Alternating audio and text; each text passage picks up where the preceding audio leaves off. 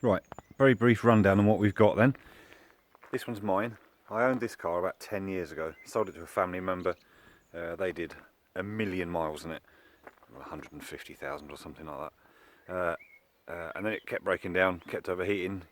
Just the usual V5 stuff. Crank angle sensors, cam sensors, crack pipe on the water pump, a few other bits and bobs. When I picked it up 6 months ago, it was very close to scrap. Very, very close.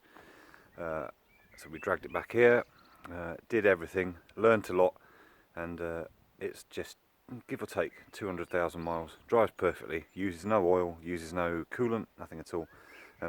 I use it for taking the dog places and going to the tip, but it's just brilliant. That's number one. I'll show you number three, which is our most recent one. This one's interesting. They're all interesting, but this one's interesting. That's an XVW UK Bora 170 V5. That one's done 180,000 miles. As you can see, it's got, I think they're Mark 1 Audi S3 wheels on it. They'll probably go because I like to put them back to standard. That one's the suspected head gasket failure after it blew a coolant hose and overheated. I'm not so sure actually. We're going to have a look at that because it's giving classic ignition coil and crank angle sensor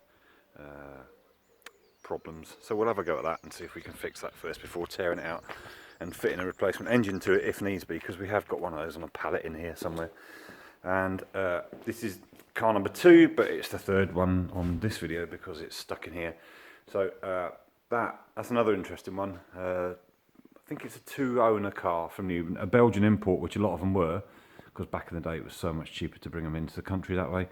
That's a three-door, done 80,000 miles from new, two-owner, automatic Tiptronic.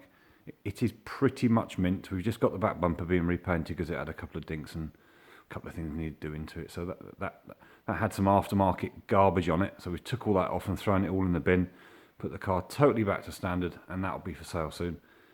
That's a proper nice car, that. So individual videos to follow on all of these. I've not done many of these YouTube, so you can like up there or subscribe up here or something. I don't know. I'll have a look at it later. But yeah, if you want to follow us, that'd be great. Cheers, bye.